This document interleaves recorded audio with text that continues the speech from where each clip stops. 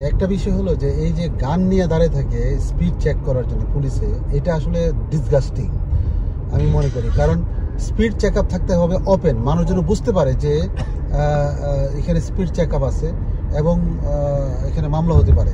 মানুষ যদি নাই জানে যে এখানে স্পিড চেক আপ আছে, মানুষ কেমনে সচেতন হবে?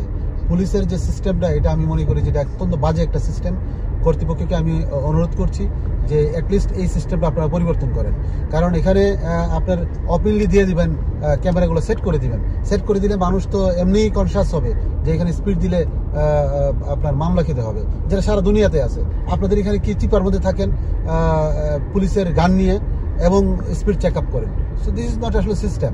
মানুষের সচেতন যদি করতে চান এইভাবে তো সচেতন করতে পারবেন না। স্পিড চেক আপ মানুষ জানতে হবে এখানে রেকর্ডিং হচ্ছে কন্টিনিউয়াসলি, তাহলে মানুষ কন্ট্রোল থাকবে। ঠিক, তাহলে আমি ধরবো কিভাবে?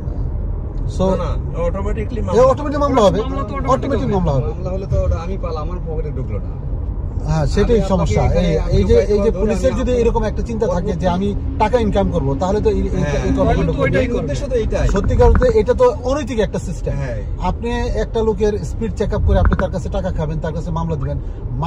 আমি একজন ড্রাইভার, আমাকে সচেতন করবেন হলো আপনার ওয়ার্নিং দিয়ে যে এখানে ইয়ে আছে, কি বলে, ক্যামেরা আছে, ক্যামেরা আছে। সো এই ক্যামেরা আপনি যদি স্পিড বেশি দেন তাহলে মামলা অটোমেটিকলি হয়ে যাবে। এইরকম একটা সিস্টেমের ব্যবস্থা করেন, তাহলে মানুষ সচেতন হবে।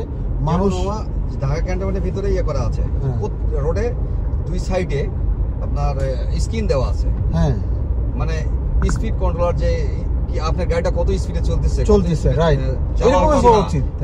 কোন লেনে কত স্পিডে গাড়ি চলবে, কোন গাড়ি কত স্পিডে চলবে, এটা আপনার শো করতেছে আপনি স্ক্রিনে। এক্স্যাক্টলি, এবং পিকচার উঠে যাবে যে আপনি যে কত স্পিডে যাচ্ছেন, এটা পিকচার উঠে যাবে।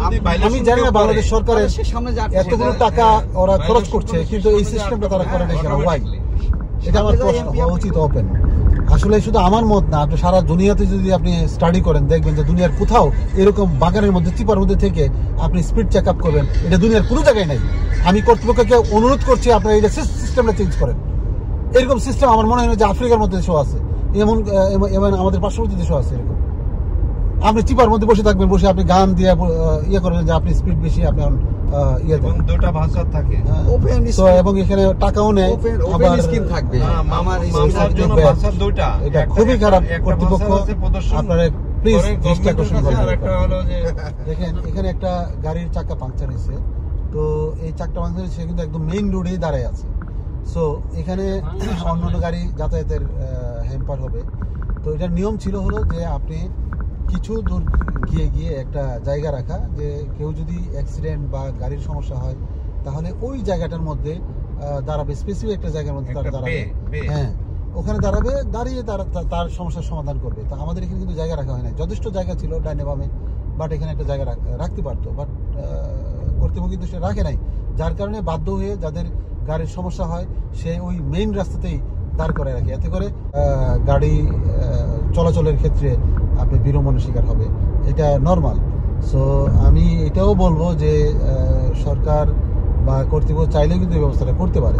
আমি জানি না হয়তো কেন এটা করে না। তারা কিন্তু সব জানে, সব দেখে শুনে সবকিছুই করেছে, বাট এগুলো জানতো যে গাড়ি ডিস্টার্ব হবে, গাড়ির সমস্যা হবে, কোনো মানুষ হয়তো বিভিন্ন প্রয়োজনে সে গাড়ি দাঁড় করানোই লাগতে পারে।